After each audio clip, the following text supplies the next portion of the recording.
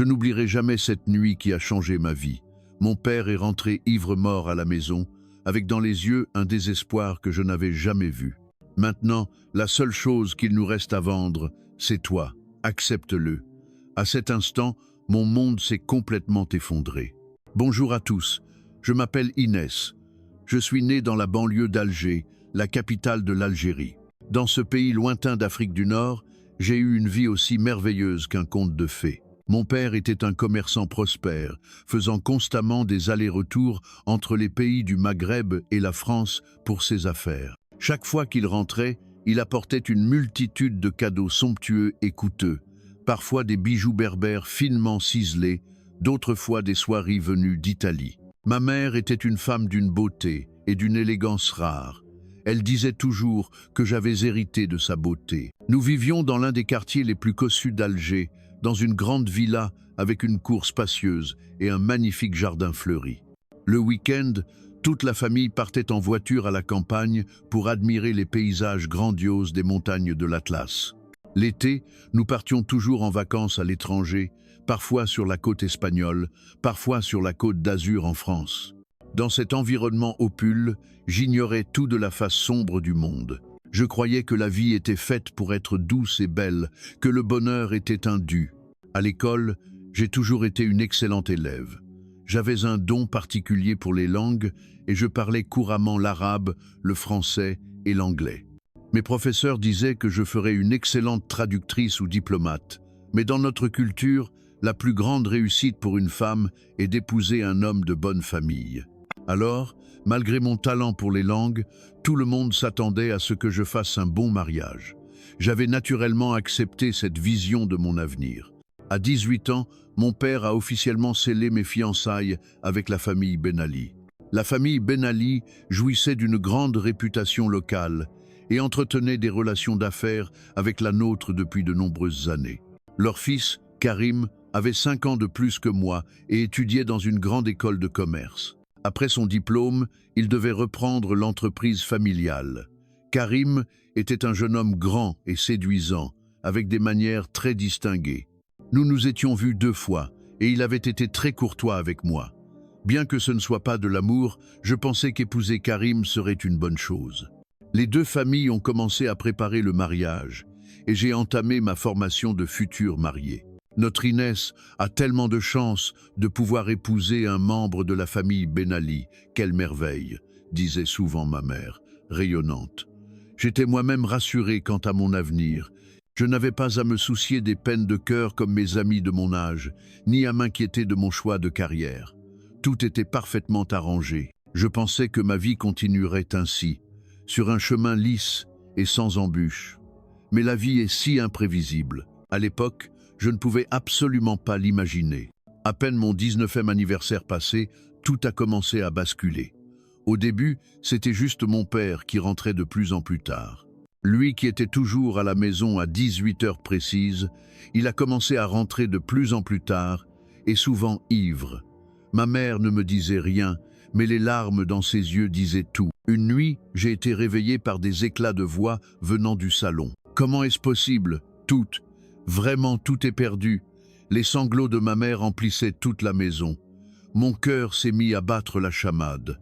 Cette nuit-là, j'ai appris que l'entreprise de mon père avait fait complètement faillite. Il avait investi tous nos fonds dans une nouvelle route commerciale et il avait tout perdu. Du jour au lendemain, nous étions criblés de dettes. Le lendemain matin, la famille Ben Ali nous a fait savoir qu'elle rompait les fiançailles. Mon fiancé Karim avait disparu sans un mot. Pour eux, je n'étais plus une épouse de valeur, juste la fille d'un commerçant déchu. En apprenant la nouvelle, j'ai ressenti pour la première fois la cruauté du monde. Les gens qui me respectaient la veille se détournaient de moi du jour au lendemain. Mon cœur s'est glacé. Les jours qui ont suivi ont été un cauchemar sans fin. Chaque jour, des créanciers venaient frapper à notre porte. Mon père, pour les éviter, passait souvent ses journées dehors. Ce père qui m'avait choyé comme une princesse me regardait maintenant avec des yeux complètement changés. C'était un regard à la fois désespéré et plein d'attente, comme si je pouvais être la solution à ses problèmes. Les biens de la maison ont commencé à être vendus un par un. Le lustre en cristal de baccarat que je connaissais depuis mon enfance, les tapis persans que mon père collectionnait fièrement et même les bijoux de mariage de ma mère ont été saisis. La maison devenait de plus en plus vide et la nourriture sur la table de plus en plus maigre. J'ai découvert pour la première fois ce qu'était la pauvreté. Mes amis se sont également éloignés de moi un par un. Ceux qui adoraient venir à mes fêtes d'anniversaire ne répondaient même plus au téléphone. À l'école, les regards avaient changé, comme s'ils craignaient que le malheur ne soit contagieux. Soudain, je suis devenu une personne seule. Ce sentiment d'isolement a rendu mon cœur encore plus lourd. Un soir, mon père s'est approché de moi et m'a saisi les épaules. « Inès, tu es si belle. Ta beauté peut nous sauver tous. » En entendant ces mots, j'ai eu la chair de poule. Je savais déjà quel sort m'attendait. Le lendemain, un agent d'une agence matrimoniale internationale est venu chez nous. En voyant cet homme inconnu, j'ai eu la tête qui tournait. L'agent n'arrêtait pas de vanter les mérites des hommes français, expliquant à quel point ils chérissaient leurs femmes, à quel point leur situation économique était stable. À 20 ans, elle peut trouver un excellent parti, surtout une fille aussi belle qu'Inès.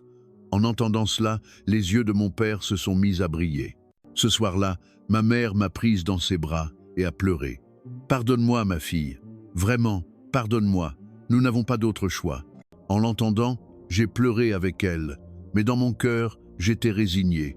C'était la réalité, je devais l'accepter.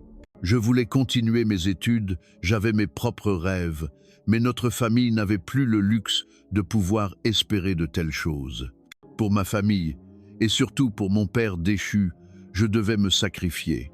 La première rencontre fut un désastre. L'homme, qui avait 18 ans de plus que moi, me dévisageait comme s'il évaluait une marchandise. Je me sentais comme un objet en vente sur un marché. Quand sa main cailleuse a saisi la mienne, j'ai eu un frisson de dégoût. Heureusement, cette rencontre n'a pas abouti. La deuxième et la troisième furent identiques. Des hommes approchant la quarantaine, pour qui je n'étais qu'une jeune et jolie femme. J'avais l'impression qu'ils ne cherchaient pas une épouse, mais une poupée. Mais l'homme de la troisième rencontre était différent.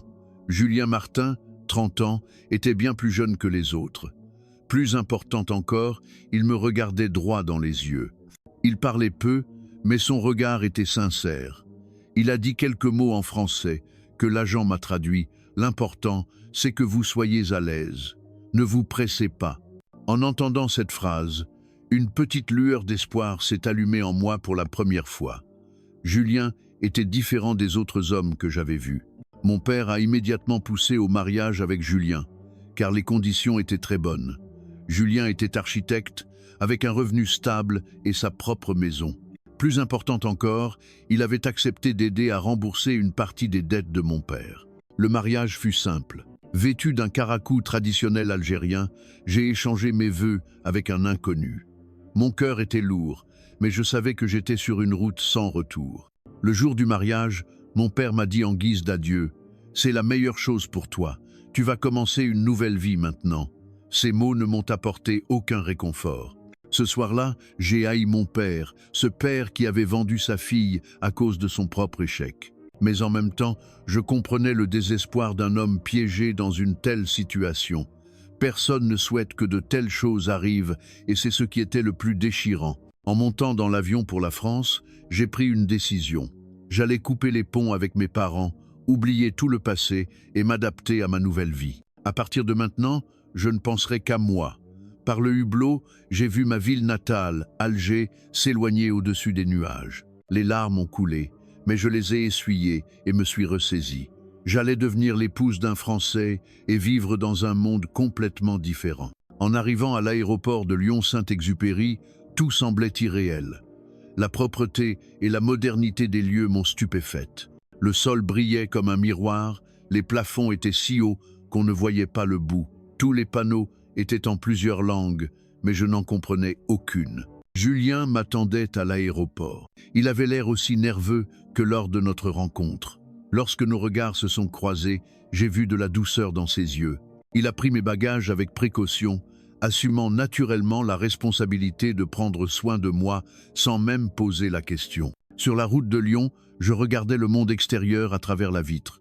L'autoroute était si large et si lisse, Les voitures roulaient de manière si ordonnée. Personne ne klaxonnait.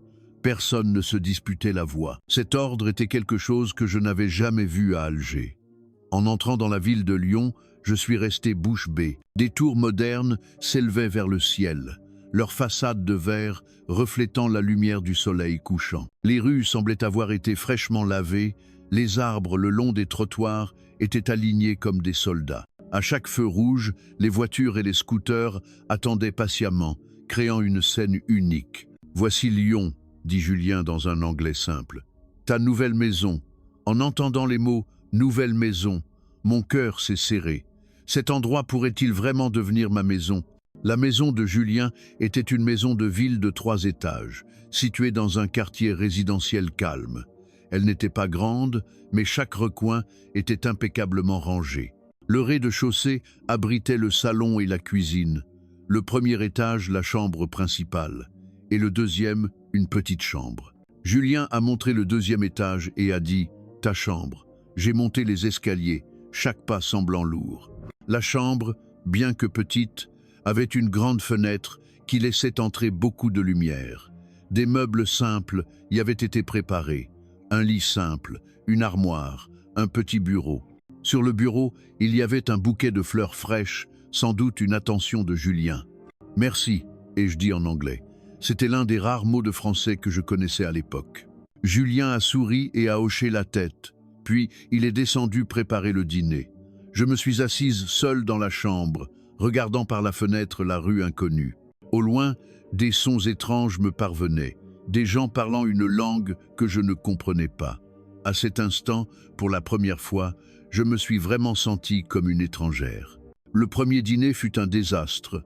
Julien avait préparé des plats typiques de la cuisine lyonnaise, un saucisson chaud avec des pommes de terre. Le goût était complètement différent de la cuisine nord-africaine à laquelle j'étais habitué. La texture du saucisson me donnait envie de vomir, et l'assaisonnement des pommes de terre était étrange. J'ai essayé de finir, mais c'était vraiment difficile. Julien a remarqué ma difficulté et a immédiatement posé ses couverts. « Tu n'aimes pas ?» m'a-t-il demandé en anglais. J'ai hoché la tête, embarrassé. Julien a réfléchi un instant, puis est allé dans la cuisine. Quelques minutes plus tard, il est revenu avec une simple omelette et du pain. Ça, je pouvais le manger. « Demain, nous irons acheter de la nourriture que tu aimes », a-t-il dit. Cette nuit-là, allongé dans ce lit inconnu, j'écoutais les bruits étrangers de l'extérieur, le passage d'un scooter, les voix de passants et le chant d'un oiseau que je ne connaissais pas. Tous ces sons me rappelaient « Tu n'es plus chez toi ». Le lendemain matin, une bonne odeur est venue de la cuisine. En descendant, j'ai vu Julien en train de faire cuire des œufs. En me voyant, il a montré la table et a dit « Petit déjeuner ». Sur la table, il y avait des œufs au plat, du pain grillé, de la confiture et un verre de lait. C'étaient des aliments que je pouvais manger. Julien s'était visiblement souvenu de la veille et avait spécialement préparé quelque chose pour moi. « Merci », ai-je dit, sincèrement cette fois. Après le petit déjeuner, Julien m'a emmené au marché voisin. C'était ma première expérience d'un marché traditionnel français. Les vendeurs criaient pour attirer les clients, les gens négociaient les prix et les odeurs de divers produits se mélangeaient dans l'air. Cette atmosphère animée me rappelait la Casbah d'Alger. Julien a acheté des fruits, des pommes, des bananes et des poires. C'était la première fois que je voyais des poires de cette variété. Julien m'en a fait goûter un morceau. C'était croquant et sucré. J'ai beaucoup aimé. Julien m'a appris le mot en français, poire. J'ai essayé de l'imiter. Ma prononciation était étrange, mais il a hoché la tête pour m'encourager. Les jours suivants, avant de partir au travail, Julien laissait des post-it avec des dessins simples. Une bouteille d'eau pour me rappeler de boire, un téléphone pour me dire de l'appeler si j'avais besoin, un soleil pour indiquer qu'il faisait beau et que je pouvais sortir me promener. Ces petites attentions me touchaient. Bien que Julien ne parle pas couramment anglais, il prenait soin de moi à sa manière. Une semaine plus tard, Julien m'a inscrite à des cours de français. L'école, située au centre de Lyon, était spécialement conçue pour les étrangers. La professeure était une jeune femme qui m'a expliqué le contenu des cours en anglais, avec beaucoup de patience. « Apprendre le français prend du temps », a dit Madame Leroy. « Mais vous êtes intelligente, vous y arriverez. » Le premier cours portait sur les sons A, E, I, O, U. Ces sons étranges étaient comme du charabia pour moi, mais je me suis dit que c'était une compétence essentielle pour survivre en France. Après les cours, j'ai discuté avec d'autres étudiants étrangers. Il y avait Maria du Brésil, Ali du Sénégal et Anna de Pologne. Ils étaient tous venus en France pour le travail ou le mariage. En entendant leurs histoires, je me suis senti moins seul. « C'est difficile au début », a dit Maria, « mais les Français sont gentils, on s'habitue lentement. » Le week-end, Julien a tenu sa promesse et m'a fait découvrir Lyon. Notre première sortie fut au marché de la Croix-Rousse. En y entrant, j'ai été émerveillé par le spectacle. Les étals colorés, la foule animée et toutes sortes de stands de nourriture. L'air était empli des parfums de divers aliments. Poulet rôti, fromage, pâtisserie. « Tu veux essayer ?» a demandé Julien en montrant un stand qui vendait du saucisson brioché. J'ai regardé cette étrange combinaison de nourriture avec un peu d'hésitation, mais en pensant que je devais m'intégrer à cette société, j'ai accepté. La première bouchée fut une surprise. Le moelleux de la brioche, le salé du saucisson, c'était délicieux. « C'est bon ?» a demandé Julien, plein d'attente. J'ai hoché la tête vigoureusement, la bouche encore pleine. Julien a ri joyeusement. C'était la première fois que je le voyais aussi heureux depuis mon arrivée en France. Ensuite, nous avons goûté une tarte à la praline et une quenelle. Chaque plat était une nouvelle expérience. En me promenant dans le marché, j'ai ressenti pour la première fois la vitalité de la France. Les gens ici avaient le sourire aux lèvres, même les inconnus se saluaient d'un signe de tête amical. Les commerçants interpellaient les clients avec chaleur, sans aucune distance.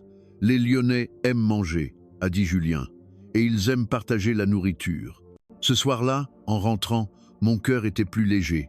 Peu être que cet endroit pourrait vraiment devenir ma maison. Mais le vrai défi était encore à venir. La deuxième semaine, j'ai connu ma première crise linguistique au supermarché. Je voulais acheter des produits d'hygiène, mais je ne savais pas comment le dire en français. J'ai erré longtemps dans le rayon, sans trouver ce que je cherchais. Une jeune employée s'est approchée pour m'aider, mais nous ne pouvions pas communiquer. J'ai essayé d'expliquer en anglais, mais elle ne comprenait pas. J'ai essayé de mimer, mais elle ne comprenait toujours pas. Finalement, j'étais sur le point de pleurer, me sentant comme une idiote. C'est alors qu'une femme d'âge mûr s'est approchée. « Vous avez besoin d'aide ?» m'a-t-elle demandé en anglais. Soulagé, je lui ai expliqué ce que je cherchais. La femme m'a souri et m'a conduite au bon rayon, m'apprenant même le nom de ces articles en français, serviettes hygiéniques, brosse à dents, shampoing. J'ai noté chaque mot avec soin. « Vous êtes nouvelle en France, n'est-ce pas ?» a demandé la femme. J'ai hoché la tête. « Je m'appelle Dubois, j'habite dans le quartier. Si vous avez besoin de quoi que ce soit, n'hésitez pas à m'appeler. » Madame Dubois m'a donné son numéro de téléphone. À partir de ce jour, elle est devenue ma première amie en France. Madame Dubois était une institutrice à la retraite, très patiente. Elle venait souvent à la maison pour m'enseigner le français et les coutumes de la vie en France. Il fallait trier les déchets, on ne traversait pas au feu rouge. Dans le métro, on laissait descendre les gens. Avant de monter, on disait « bonjour » en rencontrant quelqu'un. Ces règles, en apparence simples, étaient toutes nouvelles pour moi. Un jour, Madame Dubois m'a appris à cuisiner un plat français. « Votre mari sera très content », a-t-elle dit. Nous avons préparé un gratin dauphinois. Madame Dubois m'a montré la technique pour couper les pommes de terre et m'a expliqué les proportions de crème et de lait. Quand le gratin est sorti du four, son goût crémeux m'a émerveillé. Le plat que je n'aimais pas le premier jour était en fait délicieux quand il était bien préparé. Quand Julien est rentré et a vu le gratin que j'avais fait, ses yeux ont brillé de surprise. « C'est délicieux », a-t-il dit en français, avant de répéter en anglais « very délicieux ». À ce moment, une chaleur a envahi mon cœur. Peu être que je pouvais vraiment trouver ma place ici. Mais ce dont je me souviens le plus, c'est ma première vraie conversation avec Julien. C'était un soir, 3 mois après mon arrivée en France. Nous étions assis dans le salon à regarder la télévision. C'était une série française. Bien que je ne comprenne pas les dialogues, je pouvais deviner l'intrigue grâce aux expressions des acteurs. « Ta famille te manque ?» a soudainement demandé Julien dans un français simple. J'ai été surprise, puis j'ai répondu dans le français que je venais d'apprendre. Un peu. C'était la première fois que nous parlions en français. Bien que ce ne soit que quelques phrases simples, le sentiment de pouvoir communiquer m'a rendue très heureuse. Julien a continué dans un français simple. « La France est ta maison maintenant. Je prendrai soin de toi. » En entendant ces mots, mes yeux se sont remplis de larmes. Pas des larmes de tristesse, mais des larmes d'émotion. Cet homme faisait vraiment des efforts pour que je me sente en sécurité. « Merci », ai-je dit en français. « Merci d'être si gentil avec moi. » Ce soir-là, pour la première fois, j'ai senti que la France pouvait vraiment devenir ma maison. Non pas parce que j'y avais été forcé, mais parce qu'il y avait quelqu'un qui se souciait sincèrement de moi. « Parle-moi de ta famille », m'a demandé Julien avec précaution un autre jour. Face à cette question, mon expression s'est immédiatement raidie. Le sujet de mes parents était encore une blessure douloureuse pour moi. Je ne pouvais pas leur pardonner. J'ai secoué la tête fermement et j'ai dit en français « Je n'ai pas de famille. Ils ne sont pas ma famille. » En voyant ma réaction, Julien a immédiatement compris.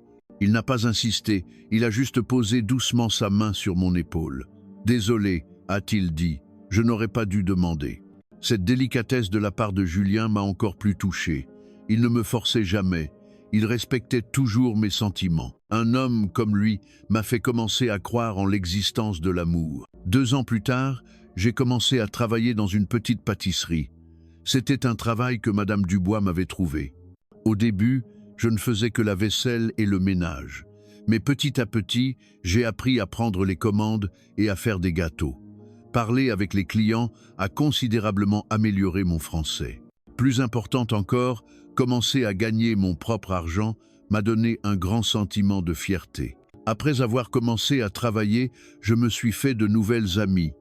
Camille, qui travaillait dans la même pâtisserie, avait à peu près mon âge et m'a beaucoup appris sur la mode et la culture française.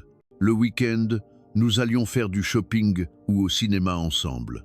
Grâce à Camille, j'ai appris le mode de vie des jeunes Françaises de mon âge. « Inès, aujourd'hui, je te maquille à la française », a proposé Camille.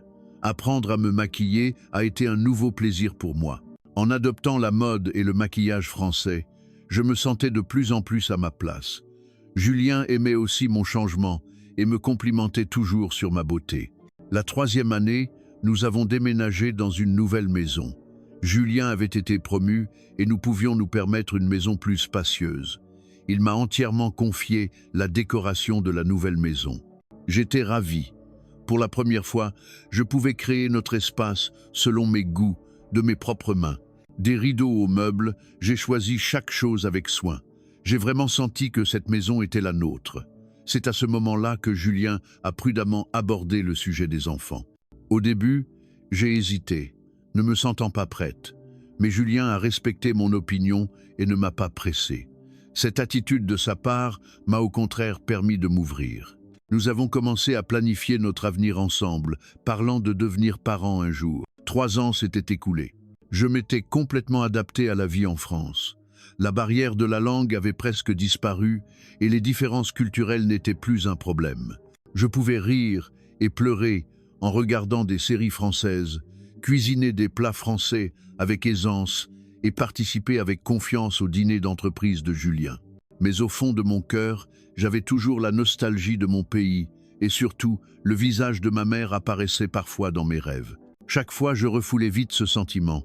Mes parents étaient un passé que je devais effacer de ma vie. Chaque fois que Julien me suggérait de les contacter, je refusais catégoriquement. Ces gens ne font plus partie de ma vie. S'ils étaient des parents, ils ne vendraient pas leur enfant. Julien me serrait silencieusement l'épaule.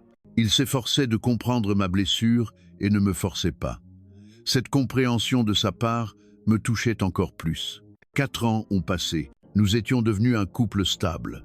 Julien avait obtenu un poste important dans son entreprise et j'étais devenue gérante de la pâtisserie. Nous avons commencé à planifier concrètement d'avoir un enfant, décidant de commencer à essayer le mois suivant. En me préparant à accueillir une nouvelle vie, j'ai ressenti pour la première fois un bonheur complet. « Inès, tu es vraiment incroyable. Tu as surmonté toutes les difficultés pour en arriver là. » En entendant les mots de Julien, je n'ai pas pu retenir mes larmes. Il savait tout ce que j'avais sacrifié pour m'adapter ici. Sa reconnaissance chaleureuse était un grand réconfort pour moi. Maintenant, je sentais que la France était ma maison. J'y avais trouvé une nouvelle identité, une nouvelle vie. Bien que ce fût un choix forcé au début, je ressentais maintenant de la gratitude. Ma rencontre avec Julien était une bénédiction dans ma vie. Il m'avait appris ce qu'était le respect et l'amour. Mais mon opinion sur mes parents n'avait pas changé. Ils étaient une existence que j'avais complètement effacée de mon cœur. Du moins, c'est ce que je voulais croire. Mais le destin nous entraîne parfois dans des directions inattendues. Un vendredi soir ordinaire, Julien est rentré du travail plus tôt que d'habitude. J'ai senti quelque chose de différent sur son visage. Il n'était pas comme d'habitude, un peu tendu, comme s'il voulait dire quelque chose mais hésitait. C'était étrange. Après le dîner, Julien a soudainement pris la parole. « Demain, libère ta journée, j'ai quelque chose d'important. » J'ai demandé ce que c'était, mais il a juste souri et dit « Tu verras en y allant. » Cette nuit-là, je n'ai pas réussi à m'endormir facilement. Le comportement suspect de Julien me laissait perplexe. Ce n'était pas son genre de préparer des surprises. Allait-il m'annoncer une mauvaise nouvelle?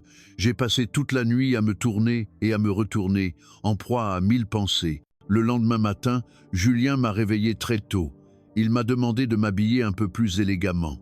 J'ai continué à lui demander ce qui se passait, mais il se contentait de sourire. En le voyant ainsi, mon anxiété a grandi.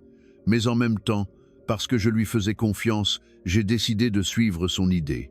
Nous avons pris la voiture. Les paysages familiers défilaient par la fenêtre. Soudain, un panneau a attiré mon attention. En voyant les mots « Aéroport Lyon-Saint-Exupéry », mon cœur s'est mis à battre violemment. L'aéroport? Pourquoi allions-nous à l'aéroport? Si nous partions en voyage, nous aurions dû faire nos valises à l'avance, mais nous n'avions rien préparé. « Julien, où allons-nous? Pourquoi allons-nous à l'aéroport ?» Face à mes questions, il a simplement répondu « Encore un peu de patience, tu vas bientôt savoir. » Sa voix était légèrement tendue. Je ne pouvais plus supporter la curiosité, mais j'ai décidé de ne plus poser de questions. En arrivant à l'aéroport, après avoir garé la voiture, nous avons marché lentement vers le terminal. Julien tenait fermement ma main. Je pouvais sentir sa main trembler légèrement. Nous nous sommes dirigés vers le hall des arrivées internationales. Mon esprit était rempli de questions. Que se passait-il? Je n'y comprenais rien. En arrivant dans le hall, Julien m'a demandé de m'asseoir et d'attendre un peu. En regardant le panneau d'information, j'ai vu que le vol en provenance d'Alger venait d'arriver. Alger, le vol de ma ville natale. Soudain, j'ai eu l'impression d'être gelé sur place. Qui pouvait bien venir? Julien, qu'est-ce que ça veut dire? Qui vient d'Alger? Ma voix tremblait. Julien m'a doucement entouré de son bras et m'a dit « Inès, sois courageuse, c'est pour ton bien. » À cet instant, les portes du hall des arrivées se sont ouvertes et quelques passagers ont commencé à sortir. Le cœur battant d'anxiété, je les observais. Finalement, je les ai vus. 2 personnes terriblement amaigries. C'étaient mes parents. Mon père était décharné. Il avait beaucoup vieilli. L'assurance et la confiance que je lui connaissais avaient complètement disparu. Ma mère aussi, son visage émacié était creusé de rides profondes. Mes parents regardaient autour d'eux avec des yeux inquiets, puis ils m'ont aperçu. À cet instant, les larmes ont coulé des yeux de ma mère. Je suis resté figé sur place. Pendant 4 ans, j'avais essayé de ne pas y penser, de les effacer de mon cœur, et maintenant ils étaient là, devant moi. Toutes sortes d'émotions m'ont submergé en même temps. La colère, le ressentiment, la nostalgie, la tristesse. Tout se mélangeait. J'avais l'impression que ma poitrine allait exploser. Ma mère s'est avancée la première vers moi. Sa main tremblante s'est tendue vers mon visage. Je n'ai pas esquivé sa main. Au moment où sa main a touché ma joue, toutes mes défenses se sont effondrées. Sans m'en rendre compte, les larmes ont jailli. J'ai à peine réussi à murmurer « Maman », puis je me suis effondré sur le sol, en sanglots. Ma mère s'est agenouillée à côté de moi et m'a serré dans ses bras. La chaleur et l'odeur familière de ma mère ont ravivé de lointains souvenirs. La chaleur de son étreinte, quand j'étais enfant, était toujours la même. Mon père se tenait un peu plus loin, nous regardant. Ses yeux aussi étaient pleins de larmes. Quand je l'ai regardé, il s'est approché, en hésitant. Ses pas étaient lourds, son regard rempli de culpabilité. « Inès, peux-tu me pardonner ?» La voix de mon père n'était plus la voix forte et claire de mes souvenirs.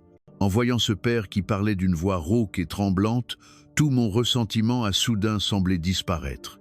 Il n'y avait plus qu'un homme fatigué et vieilli devant moi. Julien s'est approché doucement de notre famille et a dit « Ce n'est pas l'endroit, rentrons à la maison ».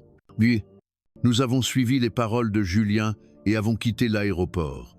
Dans la voiture, nous sommes tous restés silencieux. Il fallait du temps pour démêler le tourbillon d'émotions. Sur le chemin du retour, j'observais discrètement mes parents assis à l'arrière.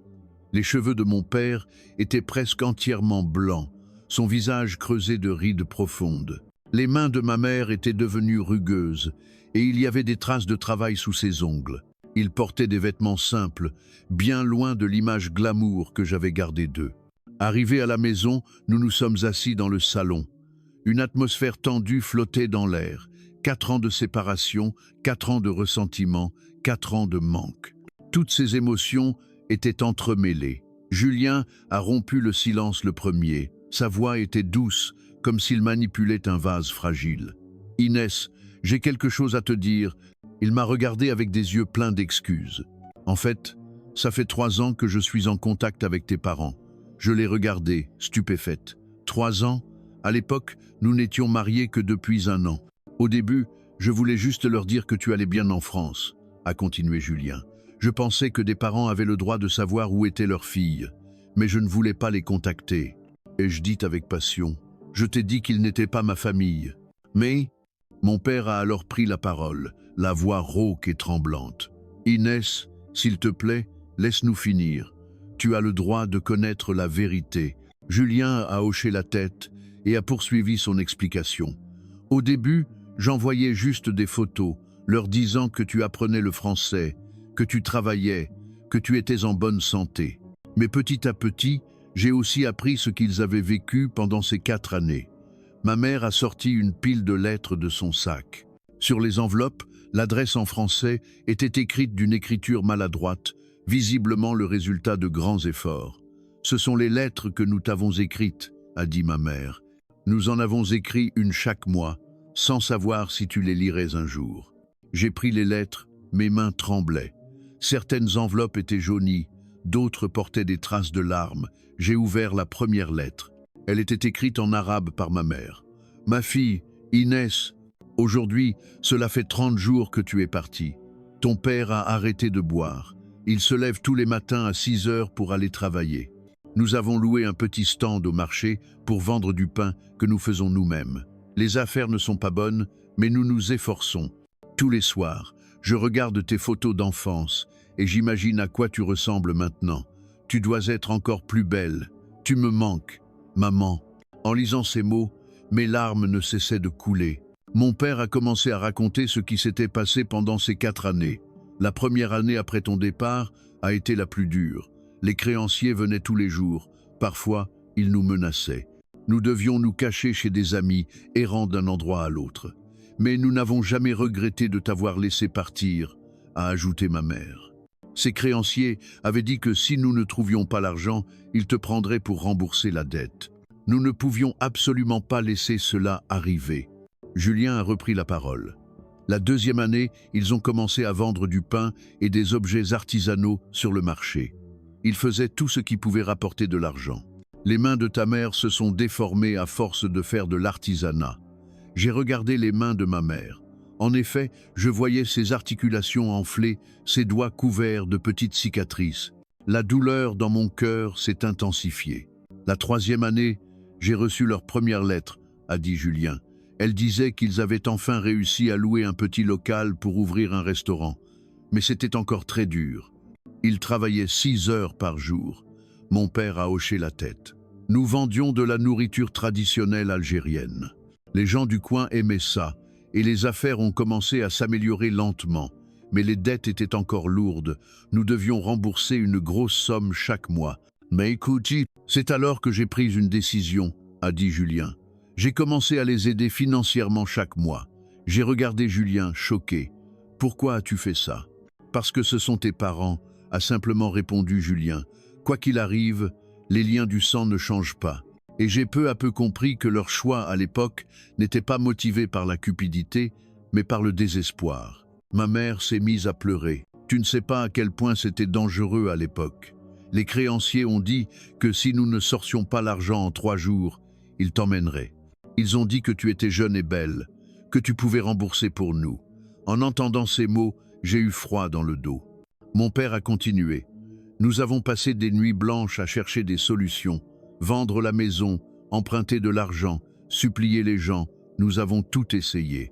À la fin, il ne restait qu'une seule option, te faire épouser un homme en France. L'agent nous a dit que les hommes français traitaient bien leurs femmes. Nous espérions au moins que tu serais en sécurité, que tu aurais un mari qui t'aimerait, a dit ma mère en larmes. Nous n'avons jamais pensé à te vendre, a dit mon père d'une voix étranglée. Nous voulions juste te protéger, te mettre à l'abri du danger. Julien a sorti un dossier. Ce sont des photos et des notes de ces 4 dernières années. Tu peux voir comment ils ont vécu. Sur les photos, mes parents s'affairaient dans un petit restaurant exigu. Mon père pétrissait la pâte dans la cuisine, sa chemise trempée de sueur. Ma mère servait les clients, un sourire forcé sur le visage. Le restaurant était petit, l'équipement rudimentaire mais propre. Une photo m'a particulièrement marqué. Mes parents étaient assis à une table dans le restaurant, avec une photo de moi que je leur avais envoyée. Ils regardaient la photo avec un sourire tendre. À côté, il y avait un petit cadre avec une photo de moi enfant. « Nous regardons tes photos tous les jours », a dit ma mère. « Monsieur Martin nous envoie de tes nouvelles tous les mois. Nous t'avons vu apprendre le français, trouver un travail, nous t'avons vu sourire si joyeusement. Nous étions si soulagés et si reconnaissants envers Monsieur Martin. Mon père s'est tourné vers Julien. Sans lui, nous n'aurions jamais su comment tu allais. » Julien a modestement répondu « C'est normal. Les familles sont faites pour s'entraider. » À la fin de l'année dernière, nous avons enfin remboursé toutes nos dettes, a dit ma mère, excitée. Les affaires du restaurant vont de mieux en mieux. Nous avons même embauché 2 employés. Nous avons toujours voulu venir te voir, mais nous ne savions pas si tu accepterais de nous voir, a dit mon père avec précaution. C'est Monsieur Martin qui nous a dit que tu étais prête. Je me suis tourné vers Julien. Comment savais-tu que j'étais prête? Julien a souri tendrement. Parce que le mois dernier, pour ton anniversaire, tu as dit que tu aimerais manger le couscous de ta mère. C'est la première fois que tu as parlé d'elle de ta propre initiative. Je me suis souvenu de ce jour. J'avais soudainement eu une terrible envie de la cuisine de ma mère et j'avais dit sans réfléchir que je voulais manger son couscous. J'avais immédiatement regretté, mais Julien avait simplement souri et hoché la tête. Je savais que dans ton cœur, tu les aimais toujours, a dit Julien. Il te fallait juste du temps pour guérir. Ma mère a sorti une boîte isotherme d'un autre sac. J'ai apporté du couscous. Je l'ai gardé au chaud dans l'avion, il devrait encore être tiède. En ouvrant la boîte, l'odeur familière m'a envahi. C'était le goût de mon enfance, le goût de ma mère. Je n'ai pas pu m'empêcher de fondre en larmes. Cette fois, ce n'étaient pas des larmes de colère, mais des larmes de nostalgie. Maman, tu m'as tellement manqué. J'ai enfin réussi à prononcer ces mots. Ma mère s'est immédiatement levée et m'a serré dans ses bras. Toi aussi tu m'as manqué. Chaque jour, mon père s'est approché et m'a caressé doucement la tête. Pardonne-moi, ma fille. Papa te demande pardon. J'ai secoué la tête. Je comprends maintenant. Vous me protégiez. Ce soir-là, nous avons parlé jusqu'à l'aube. Le vide de 4 ans s'est comblé petit à petit. Mes parents m'ont raconté comment ils avaient reconstruit leur vie à partir de zéro, comment ils avaient surmonté chaque difficulté. Je leur ai parlé de ma vie en France, de comment j'avais appris la langue, de comment je m'étais adapté. Le plus important, c'est que nous nous sommes tous pardonnés. J'ai pardonné à mes parents leur choix, et ils m'ont pardonné mes 4 années de silence. Merci, Monsieur Martin, a dit mon père sincèrement à Julien. Merci d'avoir pris soin de notre fille et merci de nous avoir aidés à nous réunir. Julien a souri et secoué la tête. C'est ce que je devais faire. La famille d'Inès est aussi ma famille. À cet instant, j'ai su que j'avais trouvé une vraie famille. Pas seulement Julien et moi, mais nous tous. Les blessures du passé étaient guéries, nous pouvions recommencer. La veille de leur départ, mes parents ont exprimé leur profonde gratitude à Julien. Mon père, complètement sobre, a serré fermement la main de Julien. Grâce à vous, Nous avons retrouvé le goût de vivre. Vraiment merci.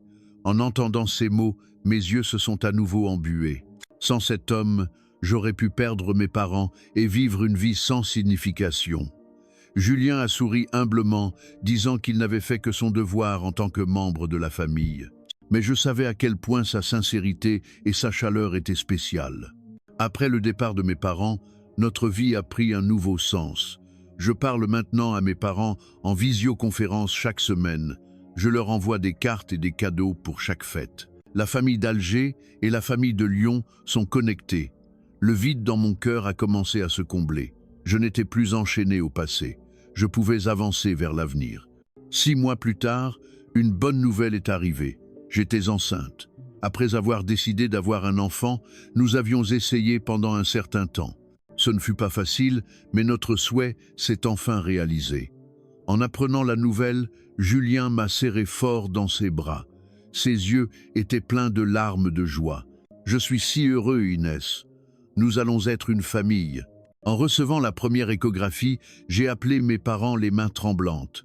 De l'autre côté de l'écran, j'ai entendu leurs cris de joie. Ma mère pleurait de bonheur. « Je vais être grand-mère. » Je n'arrive pas à y croire.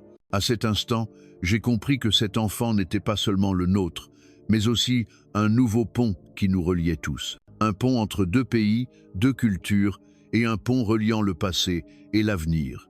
Pendant ma grossesse, ma mère m'appelait presque tous les jours. Ses conseils, allant des traditions algériennes pour les femmes enceintes à la préparation des affaires de bébé, m'ont été d'une grande aide. Bien que nous soyons physiquement éloignés, je pouvais sentir sa chaleur et son soutien. 1 mois avant la date prévue de l'accouchement, Julien m'a encore surprise. Il m'a annoncé qu'il avait déjà réservé les billets d'avion de mes parents. Il venait en France pour m'aider pour l'accouchement.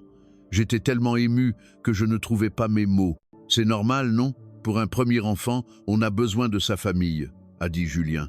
Sa prévenance me touchait toujours. Il anticipait mes besoins et me soutenait toujours de la meilleure façon possible. Sa chaleur était une bénédiction dans ma vie. Le jour de l'arrivée de mes parents, l'ambiance à l'aéroport était différente. Cette fois, pas de larmes, mais des rires. Ma mère était émue en voyant mon ventre. Mon père, fier, a tapé sur l'épaule de Julien. Nous étions devenus une famille complète. L'accouchement a eu lieu plus tôt que prévu. Quand les contractions ont commencé, Julien m'a emmené à l'hôpital. Ma mère m'a tenu la main tout le temps. Mon père, agité, attendait dans le couloir. Après 12 heures de travail, j'ai enfin tenu ma fille dans mes bras. « Que penses-tu de Lina ?» a suggéré Julien, un nom qui signifie « tendre et souple ». J'ai adoré ce nom. Lina avait mes yeux et le nez de Julien. Sa peau était légèrement mate, comme la mienne. Un mélange parfait. La première fois que mon père a tenu sa petite fille, il a pleuré. Il a caressé délicatement les petits doigts de Lina et a murmuré « Maintenant, je suis vraiment heureux ». En entendant ces mots, mes yeux se sont remplis de larmes. Notre famille avait traversé beaucoup d'épreuves, mais nous avions maintenant trouvé le vrai bonheur. Les blessures du passé étaient guéries, un nouvel espoir naissait. Après la naissance de Lina, mes parents sont restés en France plus longtemps que prévu. Ma mère m'a appris les gestes pour m'occuper du bébé. Mon père est allé acheter des articles de puériculture avec Julien. Notre maison était remplie de rires. Parfois, il y avait de petits conflits dus aux différences culturelles, mais nous les résolvions avec respect mutuel. En Algérie, on n'emmaillote pas les bébés comme ça, on les laisse plus libres, a suggéré ma mère. Au début, j'étais un peu déconcerté, mais après avoir essayé, Lina a semblé vraiment apprécier. En combinant les méthodes de puériculture française et algérienne, nous avons créé un environnement de croissance unique pour Lina. Avant que mes parents ne repartent en Algérie, nous avons pris une photo de famille. Au centre, Lina, entourée de nous tous, le visage rayonnant de bonheur. Cette photo est maintenant accrochée dans notre salon. Chaque jour, en la regardant, je me rends compte à quel point les choses ont changé. Après le premier mois de Lina, mes parents sont retournés en Algérie, mais nos liens sont devenus plus forts que jamais. Maintenant, nous ne nous contactons plus pour combler le passé, mais pour partager notre vie en tant que famille complète. L'appel vidéo hebdomadaire est devenu notre moment le plus attendu. Mes parents chantent des chansons algériennes à Lina à travers l'écran, et elle les regarde, fascinée. Même à des milliers de kilomètres, le lien du sang est si fort. Lina s'est retournée aujourd'hui et j'annonçais avec enthousiasme à mes parents lors d'un appel. « Vraiment? Montre-nous » a dit ma mère, excitée. J'ai posé Lina sur un tapis moelleux et elle s'est retournée avec agilité. De l'autre côté de l'écran, on a entendu les acclamations de mes parents comme s'ils étaient à côté de nous. Étonnamment, le restaurant de mon père était devenu assez célèbre dans sa ville. Ce qui n'était au départ qu'une petite boutique pour rembourser les dettes est devenu un restaurant de spécialité très populaire. Non seulement les habitants l'adorent, mais de nombreux touristes étrangers viennent aussi. Nous avons accroché des photos de Lina dans le restaurant, a dit fièrement mon père. Tous les clients savent que le patron a une petite fille en France. Ils disent tous que Lina est très belle, comme une poupée, a ajouté ma mère. En entendant cela, mon cœur s'est rempli de chaleur. Lina n'était pas seulement notre fierté, elle était aussi devenue le pont qui reliait nos deux familles. À 6 mois, Lina a montré une sensibilité linguistique étonnante. Quand je lui parlais en français, elle regardait attentivement ma bouche. Lors des appels vidéo, quand mes parents lui parlaient en arabe ou en français, elle agitait les bras avec enthousiasme. « Cet enfant a un don pour les langues », a observé Julien. On dirait qu'elle peut distinguer les différentes langues. J'ai décidé d'exposer Lina à plusieurs langues dès son plus jeune âge. Le matin, je lui parlais en français. L'après-midi, je lui lisais des histoires en arabe. Et le soir, je lui chantais des berceuses algériennes. Bien que Julien ne parle pas arabe, il soutenait ma démarche et a même commencé à apprendre quelques mots simples. Pour le premier anniversaire de Lina, nous avons organisé une fête spéciale. Selon la tradition française, nous avons organisé une grande fête avec des amis. Selon la tradition algérienne, nous avons invité toute la famille et les amis proches pour la bénir. Ce jour-là, la maison était pleine de monde. Les collègues de Julien, mes amis de la pâtisserie, notre voisine Madame Dubois et mes parents qui participaient par appel vidéo.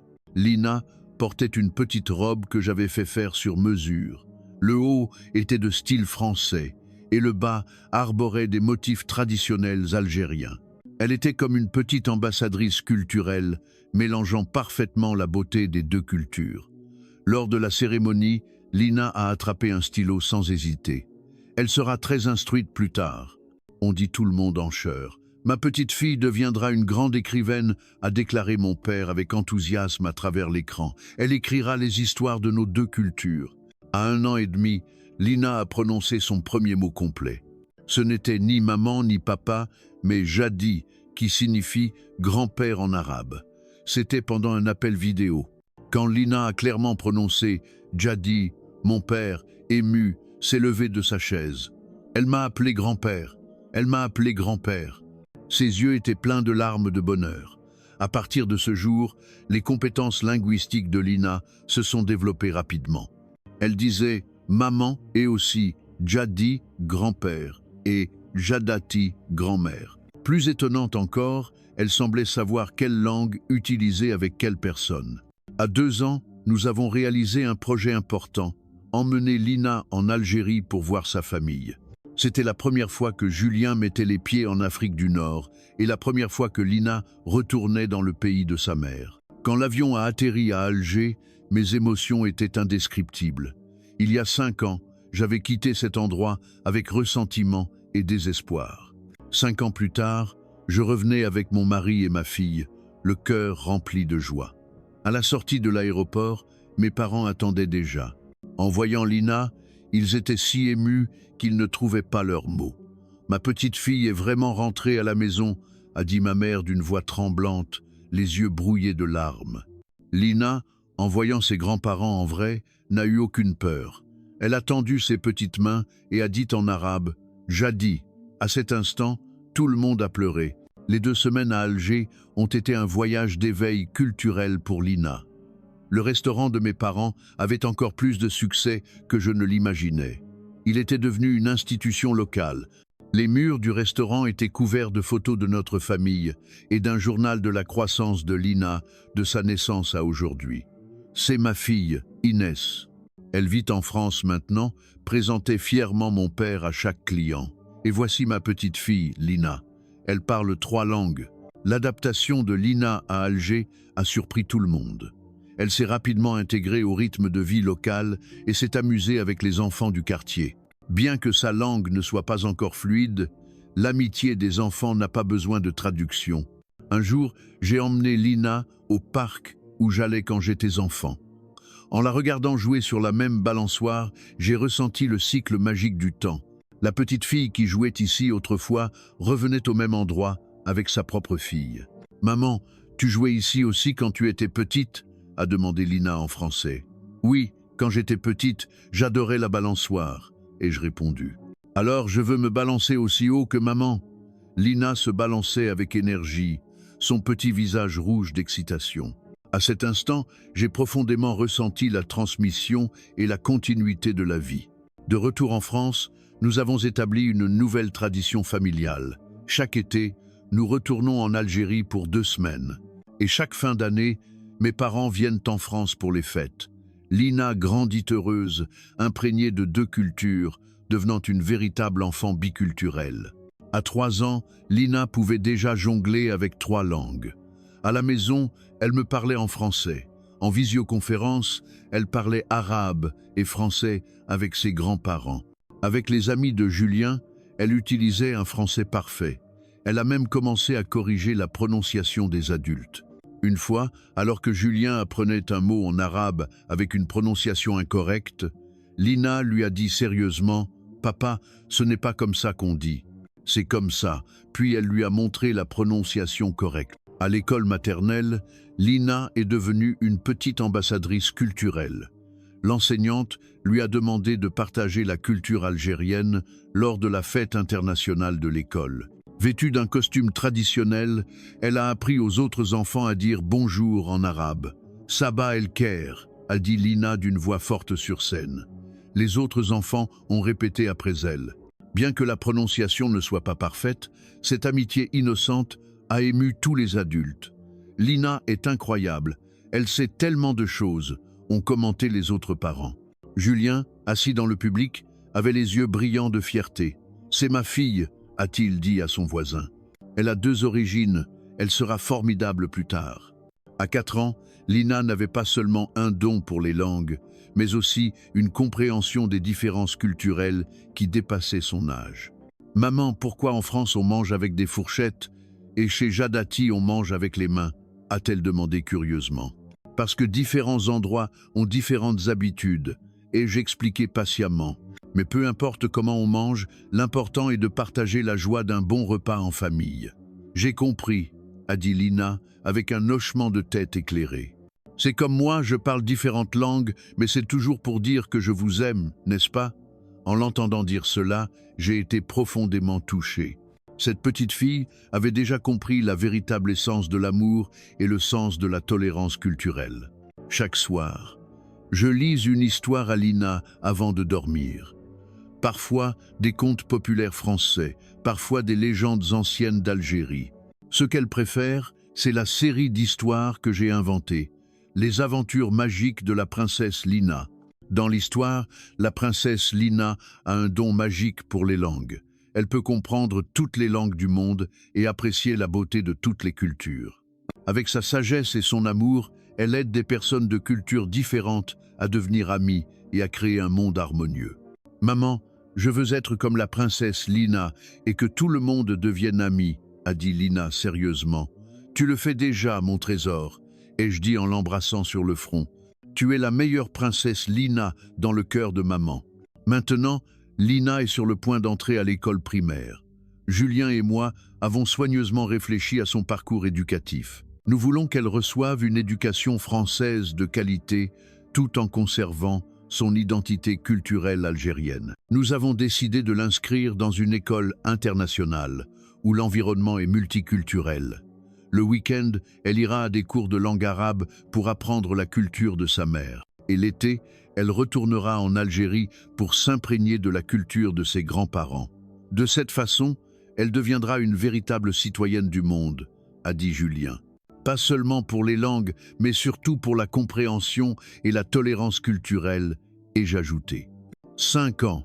Depuis que j'ai posé le pied en France jusqu'à aujourd'hui, tout semble un rêve. La jeune fille désespérée, en colère et seule que j'étais, a maintenant une famille complète, un amour profond et une fille adorable. Chaque fois que je repense à ce voyage, mon cœur est rempli de gratitude. Gratitude envers le destin qui m'a fait rencontrer Julien dans les moments les plus sombres. Gratitude envers l'amour et la patience de Julien qui ont reconstruit un cœur brisé. Gratitude envers mes parents qui m'ont protégé à leur manière, même si cette manière m'a fait souffrir. Gratitude pour l'arrivée de Lina, qui est la cristallisation parfaite de notre amour. Ce soir, en regardant Lina dormir, mon cœur est plein de bonheur. Sa respiration est si douce, son petit visage si serein. Elle est le témoin de notre amour, Julien et moi, et le symbole de la fusion parfaite de deux cultures. Julien est entré doucement dans la chambre et s'est tenu à côté de moi. « À quoi tu penses ?» a-t-il demandé à voix basse. « Je pense à la chance que nous avons, » ai-je répondu. « Je pense à notre avenir. Nous serons toujours heureux comme ça, » a dit tendrement Julien. Nous trois, et Jadi et Jadati, loin à Alger. Nous sommes une famille complète.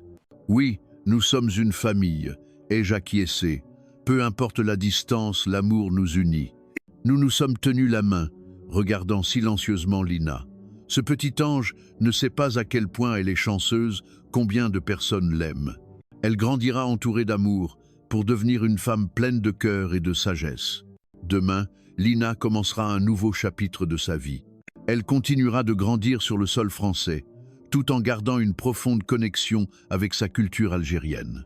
Elle deviendra un pont entre les cultures, prouvant par son existence que l'amour n'a pas de frontières. Je suis convaincu qu'elle sera encore meilleure que moi, qu'elle utilisera ses compétences bilingues et sa compréhension culturelle pour briller dans ce monde diversifié. Elle fera comprendre à plus de gens que les différentes cultures ne sont pas opposées, mais peuvent coexister en harmonie. C'est mon histoire. Une histoire d'amour d'Alger à Lyon, une histoire de perte et de retrouvailles, de séparation et de réunion, de haine et de pardon. Mais plus importante encore, c'est une histoire d'amour.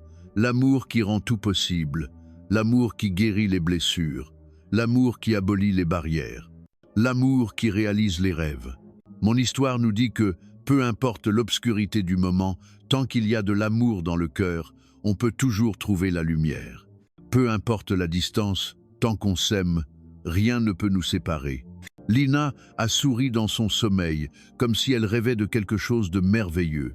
En voyant son sourire innocent, j'ai su que mes choix étaient les bons. Venir en France, rencontrer Julien, me réconcilier avec mes parents, donner naissance à Lina. Chaque décision m'a mené vers un avenir meilleur. La vie est comme un immense puzzle. Chaque pièce a sa place et sa signification. Les pièces douloureuses m'ont appris la force. Les pièces heureuses m'ont appris à chérir. Quand toutes les pièces sont assemblées, je vois une image complète et magnifique. C'est le puzzle de ma vie, d'Alger à Lyon, du désespoir à l'espoir, de la haine à l'amour. Chaque pièce brille, car elles sont toutes éclairées par l'amour. Et cette histoire continue. L'histoire de Lina ne fait que commencer. L'histoire de notre famille se transmettra de génération en génération. Et l'amour en sera toujours le plus beau thème. L'amour rend tout possible. Bonne nuit, ma Lina. Bonne nuit, mes amours. Demain est un autre jour merveilleux.